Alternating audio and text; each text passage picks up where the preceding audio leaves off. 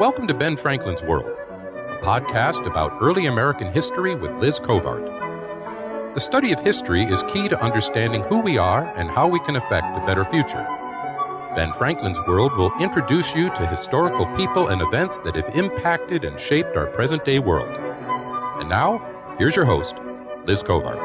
Hello, and welcome to episode 58 of Ben Franklin's World, the podcast dedicated to helping you learn more about how the people and events of our early American past have shaped the present-day world we live in. Why do we refer to the men who founded the United States as the Founding Fathers? Why do we choose to remember the American Revolution as a glorious event that had almost the universal support of Great Britain's North American colonists, when in fact, the Revolution's events were bloody, violent, and divisive? Today, we explore our memory of the American Revolution and how our memory of the event and its participants evolved with Andrew Schocket, author of Fighting Over the Founders, How We Remember the American Revolution. During our exploration, Andy reveals what historical memory is and how historians study it, how presidential candidates have and do evoke events of the American Revolution and the Founding Fathers, and details about how books, TV shows, movies, and historic sites depict the American Revolution and the founding generation. Are you ready to go back in time and see how our present-day memories of the past have been shaped? Let's go meet our guide. With tidings and wisdom to share about our early American past, here is this week's special guest. Today's guest historian is a professor of history at Bowling Green State University. His research and teaching interests include early American cultural history, the American Revolution, and Atlantic history. On his website, he describes himself as a budding digital humanist and an all-around good guy. Today, he is here so we can discuss the ideas in his newest book, Fighting Over the Founders, How We Remember the American Revolution. Welcome to Ben Franklin's World, Andrew Schocket. Oh, thanks for having me on, Liz. Andy, on your website, you describe yourself as a budding digital humanist. Would you tell us what a digital humanist is? Sure. Well, some of your listeners may be familiar with the digital humanities, some not. Basically, when we talk about the digital humanities, we usually mean one or more of three things.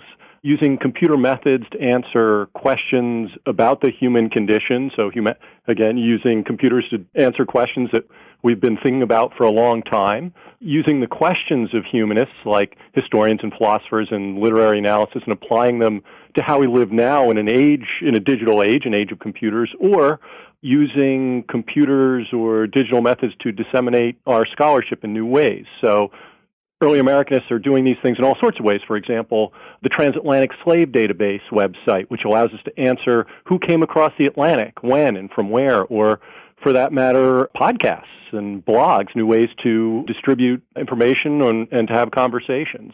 And I say budding because I'm really an amateur, but one of the things, for example, I'm participating in is a project with Billy Smith together with the McNeil Center for Early American Studies called the Magazine of Early American Datasets, to preserve and make available datasets that have been compiled by historians of early America for people, for other scholars, or just the public to use and explore. Do you think computers have made historians more statistically minded? I think more it's maybe made those of us who may be statistically minded, it gives us more tools and methods to be able to ask and answer those questions that may involve large sets of data or corpuses of text or something in ways that we weren't able to before, which is pretty exciting. It is exciting. Before we dive into Fighting Over the Founders, did being a budding digital humanist help you write your book?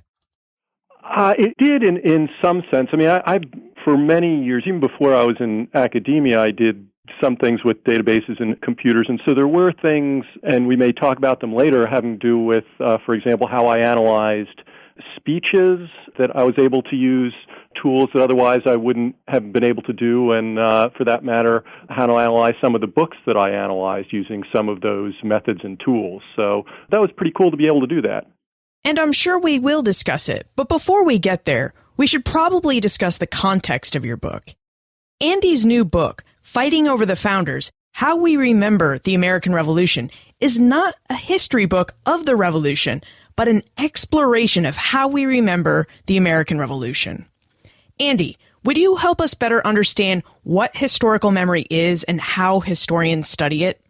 Sure. I would characterize historical memory just as how we as a society preserve, discuss, portray, debate the human past. So for the historical memory of slavery, if a historian were to try to analyze that, a historian might look at movies that portray slavery and the debate about them among critics and the public, historical sites that portray slavery. They might survey people to find out what they know or think about slavery. So it can be in all sorts of different contexts, this thing about how we portray, debate the past.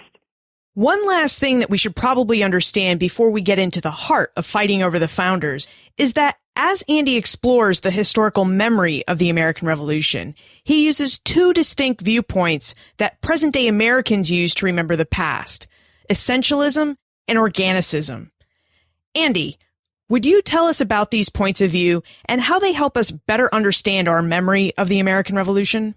Sure. These were 2 points of view that it wasn't, when I started, it wasn't as if I had this idea that there were these 2 points of view, and then I found it was more the other way around, especially looking at political speeches is where I first sort of realized this was going on. By the way, these are both ways of, each of these that I'll describe is both a way of looking at history in general as well as a particular kind of interpretation of the American Revolution. So what I describe as essentialism is the view that the American Revolution was a glorious one, mostly protesting taxes and tyranny that reinforced principles of national independence and personal liberty, maybe God's plan, and that in terms of history, that history has one clear truth that we can know, that's eternal, that we can know if we just read the documents, it becomes evident to us. Organicists, on the other hand, believe that there are many pasts, that the past is open to interpretation, that those interpretations may change over time, and that the American Revolution, while successful, was an unfinished revolution, especially in terms of equality.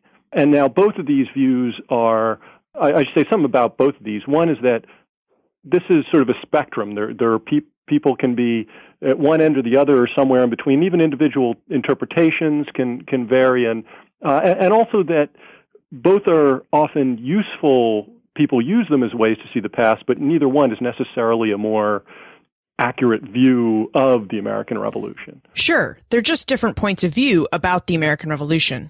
Right. Let's take a look at how you use these points of view in Fighting Over the Founders.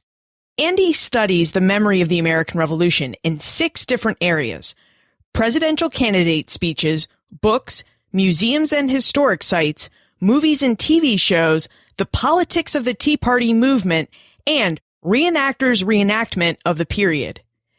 Andy, earlier you mentioned that you use databases and computers to help you research the language used in presidential candidates' speeches. Would you tell us about your research and how often candidates mentioned the Founding Fathers or the people and events of the American Revolution?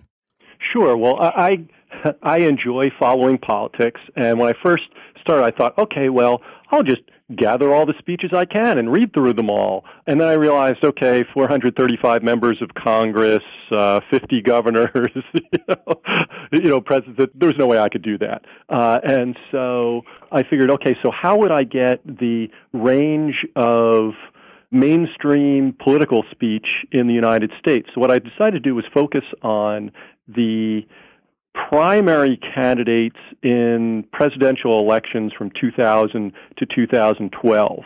And I gathered the text of speeches from candidates' websites, from various news sources, from a few websites that aggregated some of these speeches, and I put them all into a database And that was about 7 million words. And while I enjoy listening to speeches, I didn't really want to read several thousand candidate speeches. So what I did was I put them into that database, and then I was able to search for words and phrases having to do with the American Revolution, and then see by election who was using these phrases, by election, by candidate, by party. And it varies. It's very idiosyncratic. It very much varies by some candidates like to talk about the revolution a lot and some less so, and it even sometimes by election. But at least in the speeches that I looked at, politicians were bringing up the American Revolution between a quarter and a third of their speeches. Did you find that candidates from one party mentioned the American Revolution more than another?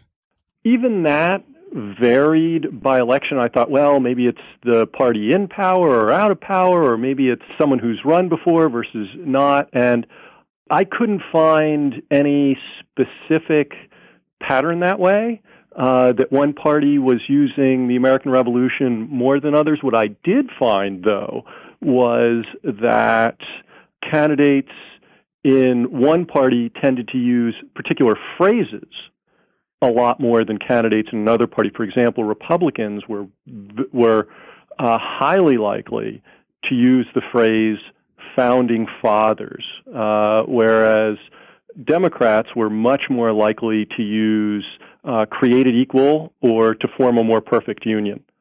Does the usage of those words lend themselves to the essentialist or organicist viewpoints of the revolution? I think in some ways they do. And as I mentioned earlier, it was looking at the speeches that sort of clued me into this ideological difference in how we look at the American Revolution. So when you think of founding fathers, Liz, what do they look like? White men. And who are they? Yeah, they're pretty wealthy.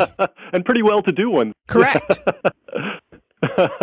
And we call them bigwigs because, and this is, as you know, an 18th century term for people who could afford to have more hair in their wigs, right? So it conveys a very positive view of a few heroic white male leaders who led the revolution.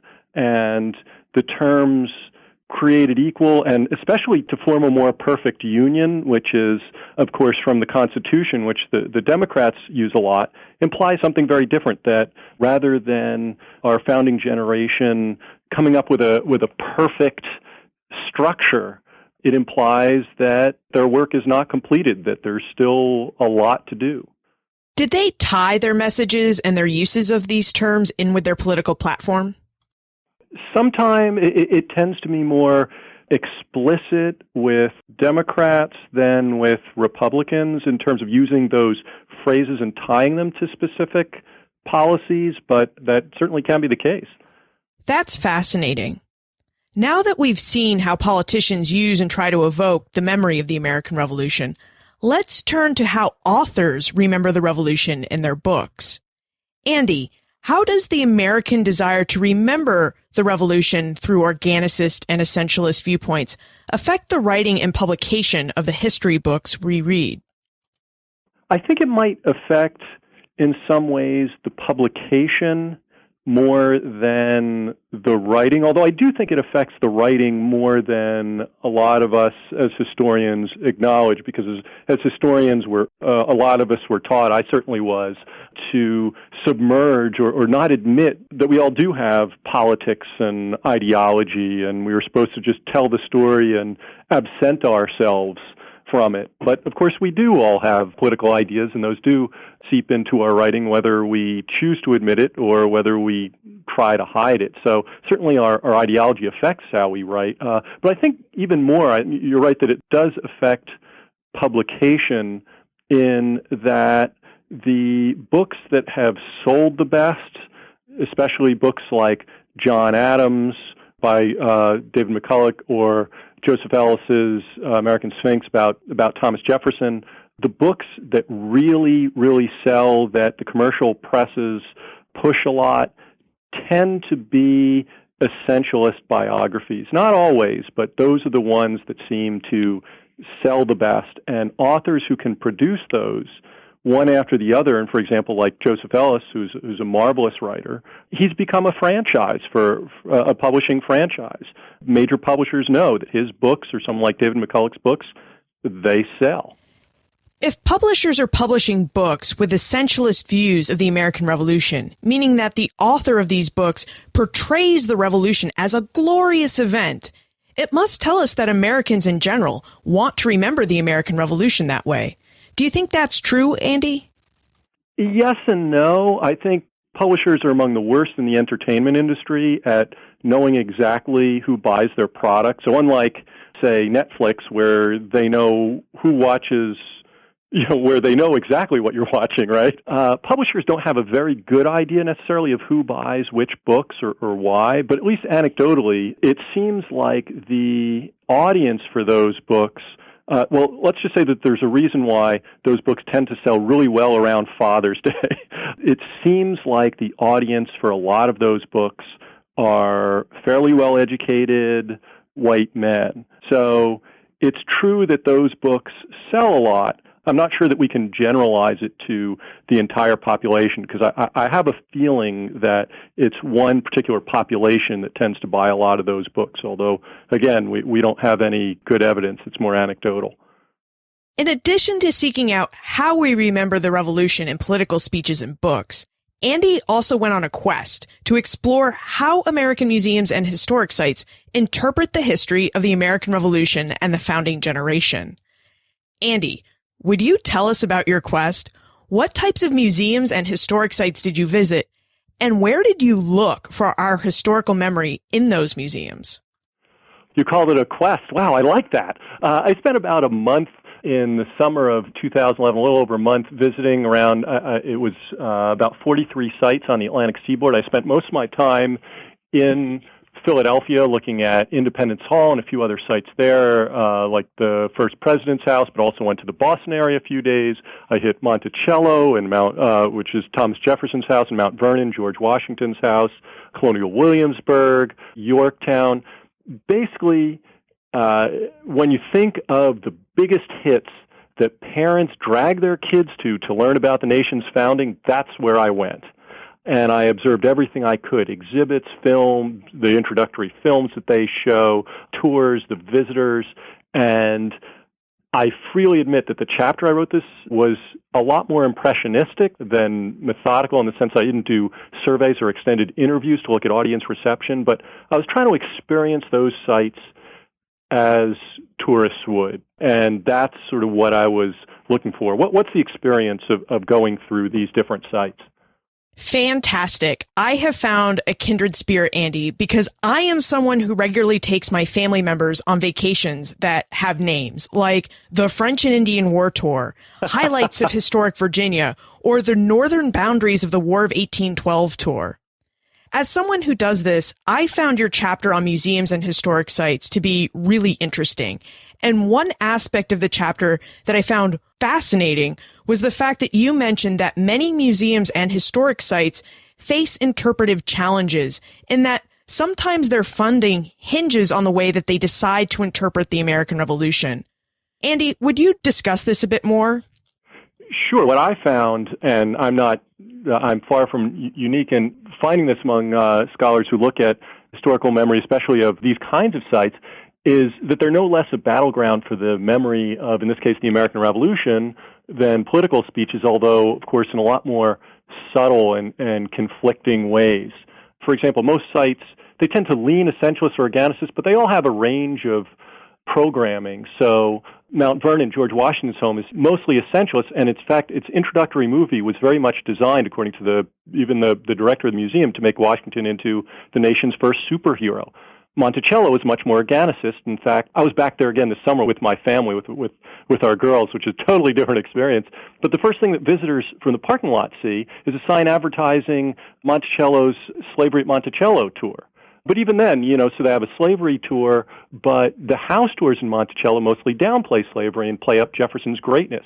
Just like at Colonial Williamsburg, there's programming that emphasizes the heroism of white revolutionaries and programming that explores the lives of women and the enslaved. So there's really a wide range, and it really affects how people and kids think of it, but also in terms of you say affecting funding. This is something that a number of scholars have looked at, like Gary Nash has written about the Liberty Bell site, or Ari Kelman writing about the Sand Creek Massacre site, or Kirk Savage writing about, for example, the Vietnam Memorial site. These are, we're very passionate about our history as Americans, but the thing that happens with these sites in particular is that even if broadly as Americans, one of these sites may not be greatly controversial, there will always be small constituencies that are very vocal and very passionate and can really push interpretation in one way or another through leverage in newspapers,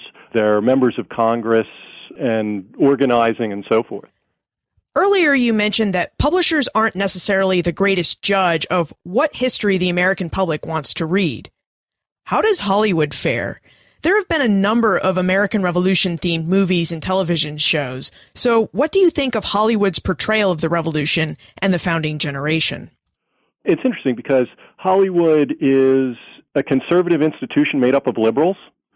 So, we have this image of Hollywood stars and so as being very liberal, but a lot of times the way they tell their stories is in very conservative ways. And, of course, any movie is a big group project with a lot of voices and a lot of competing concerns. And so movies can have a lot of different elements in them. And one, for example, that I wrote about is the Patriot. By the way, the Patriot, most historians hated the Patriot, and for a lot of good reasons. Its portrayal of race is in some ways really appalling, although maybe we shouldn't be surprised now that we know more about Mel Gibson and his racial attitudes. But it also makes the English into villains and the rebels into good guys. And historians, a lot of us are are all sort of suspicious of happy endings in the first place. But there's also a lot in that movie that we can learn from. It's perhaps the only movie that shows the violence and the rage of war, and shows that people went to war not only out of patriotism, but sometimes for the defense of their families or just out of revenge or hatred. And that's something that we actually don't get in a lot of other portrayals of the American Revolution.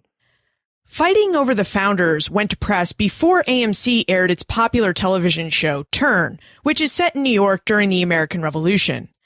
What do you think about Turn, Andy? Does it present the revolution through an organicist or an essentialist viewpoint? Well, one thing I do think it's neat in that it shows that Americans were divided, that it wasn't just all Americans against the British, so that I like. And it's part of a whole wave of shows that we've had in the last few years. So not just that, but Sons of Liberty, Book of Negroes, Sleepy Hollow. And I was thinking I should write an article about it called Birth of a Genre, because I think there's a reason why we're seeing all these shows and why they have some common elements to them. I think maybe as viewers, we're getting a little tired of bad guys with fake Russian accents that don't scare us. And we've seen some shows like Remember 24 that showed anyone from the Middle East as being a bad guy. Well, one of the things about these shows about the American Revolution, sort of as a genre, the things they have in common is they have an easy bad guy. They show the British as bad guys all the time. And they have sort of a recognizable plot and some recognizable characters that are recognizable enough. So think of like Sons of Liberty, that they have Benjamin Franklin or Samuel Adams, that we sort of know their names and a little bit about them, but not too much, so that the scriptwriters have a little bit of freedom to make new stories with them. So I think it's fun to have all these new shows and to watch them. It's interesting that you brought up Book of Negroes. I heard about the book last year in Canada on my French and Indian War tour. Mm-hmm. Book of Negroes is a story about one slave's journey through the American Revolution and to freedom. It's written by a Canadian author, and the British are not portrayed as the bad guys. So, Andy, do you think that we can extend the essentialist and organicist viewpoints to all interpretations of the American Revolution, or just to American interpretations of the Revolution? Wow, that's a good question. Yeah, and that's a really fascinating book, and it was a fascinating series. Yeah, and the series, right, produced by CBC, and then it was on BET here in the United States. Oh, and it's funny because the character played by Cuba Gooding he's shown as the owner of Francis Tavern in New York, which is still there, and I was there this spring. And they said, well, we're not so sure about that. But in any case, I think it's a little different outside the United States, just because there isn't that investment in the current relevance of the American Revolution, because for people outside the United States, it doesn't have the contemporary sort of cultural and political ramifications that it does for us in the United States. Why do you think it's important that we should be aware of different interpretations of the American Revolution, and that the ways Americans choose to remember the Revolution do not always conform to the way the event happened? Well, I think it's especially important in a time now where we have a country that is ideologically divided, and people tend to congregate in like communities. I think it's important that we recognize that there are these different ways, and that there are these different ways of portraying this event that we use today as sort of an ideological crutch, or sometimes an ideological cudgel in politics, and to better understand each other and to better communicate with each other, and to see that we have these perhaps equally valid or to some extent invalid points of view, rather than thinking that one group or one side has any sort of monopoly on this set of events that we use that have such cultural authority, that we appeal to as what's central about what it is to be American and what the United States should be. I'd like to ask one more question before we move into the time warp. Historical memory is not just limited to the American Revolution. Can we take the awareness created by fighting over the founders and the organicist and essentialist viewpoints it puts forward and apply these viewpoints to other periods of American and United States history? Well, I'd say yes and no. I think in some way, yes, in some ways in terms of how we see the past. So, and that's why I chose those terms, essentialist and organicist, in, seeing some essential, unchanging past, and the other one seeing some sort of organic past that we reinterpret and that can have multiple interpretations. So in that sense, yes. In terms of the specific events, maybe less so, because the interpretations of them can have, I guess the events are different enough that I'm not sure that I would apply those to the events themselves. Let's move into the time warp. This is the fun segment of the show where we ask you a hypothetical history question about what might have happened if something had occurred differently, or if someone had acted differently.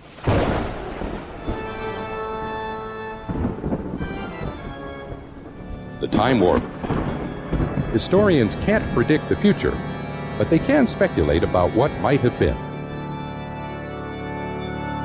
In fighting over the founders, I learned that Warren G. Harding is the source of the term founding fathers. So, Andy, in your opinion, what might have happened if Warren G. Harding had not coined the term founding fathers in 1912? Would the loss of that term affect the way that Americans talk about and remember the history of the Revolutionary period?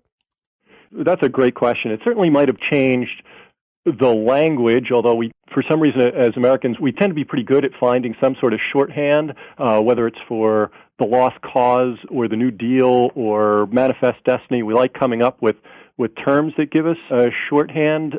It might have been different. On the other hand, it could be that the attitudes would have been the same. So a quick story. So Warren G. Harding, he was from Marion, Ohio. He owned and edited the newspaper there, the Marion Star. And when there was a book that came out in 1913, Charles Beard's An Economic Interpretation of the Constitution of the United States, which suggested that maybe the writers of the Constitution had a financial stake in the Constitution being successful. And his newspaper, the Marion Star, the headline describing this book was, and I quote, "Scavengers, hyena-like, desecrate the graves of the dead patriots we revere." So it could be that even if we didn't have the phrase, my guess is that we'd still have the attitudes. What are you researching and writing about now? Well, a couple of things. One is a book on how Americans govern themselves during the American Revolution, but the longer-term thing is a sort of bigger project, is about the end of the revolution. And this is inspired by looking around the world today as we look to so many places in the world that have struggling states, or sometimes we call them failed states, all this disorder around the world. And so my question is, why did Americans stop revolting against even their own government? Why in the 1780s and the 1790s, why did people decide that their new governments were legitimate? Why did they decide to pay taxes? Why did they decide to serve on juries and to participate in elections, especially after a revolution that was far more violent, with a lot more dislocation than sometimes we think about? So how did that happen? And so that's something that I'm investigating. Those are great questions, and they definitely need answers, so I look forward to reading your future work. Where is the best place to look for more information about you, your work, and how we can get in contact with you? Sure. Well, probably the easiest way is on my website, which is andyschocket.net, and it has information about my book and some blog posts. I hope I'm not on any local post office walls, but if I am, you can look there too. So. Andy, thank you so much for showing us that it's not just important to remember the ways that events took place, but also to remember and take note about how we remember the way those events took place. Oh, well, thanks for having me on. Thanks for the service of this podcast. It's great for all of us to listen and to learn more. Memory can be a tricky thing.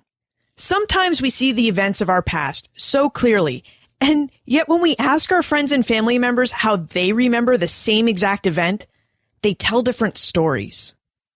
As Andy revealed, the American Revolution is an event that Americans remember in different ways too. And many of the stories we tell about the revolution exist because we Americans want to connect with the event in ways that resonate with us. Some wish to view the revolution as a glorious event where the founding generation fought for liberty and freedom. Others wish to acknowledge that the founders did not intend for all Americans to share in the liberty and freedom they fought for. As Andy pointed out, our collective memory of the revolution has changed and will continue to change over time as the events and circumstances of our present often influence the way we view and interpret the past. You can find more information about Andy, his book, Fighting Over the Founders, plus everything we talked about today on the show notes page for this episode, benfranklinsworld.com/058. If you love Ben Franklin's World and would like to find out more about how you can join the movement to help support the show, please visit benfranklinsworld.com/movement or text Support BF World to 33444. These actions will bring you to an information page, which includes a short behind-the-scenes video about the show. Do you enjoy talking about history and hanging around other people who love history too? If so, text BF World to 33444 so you can get the link to join Poor Richard's Club, our social community for history lovers on Facebook. Finally, how do you think about and remember the American Revolution? Share your thoughts with me, Liz at benfranklinsworld.com, tweet me at Liz Covart, or post a comment on the show notes page for this episode, or in Poor Richard's Club. And remember, never leave till tomorrow that which you can do today.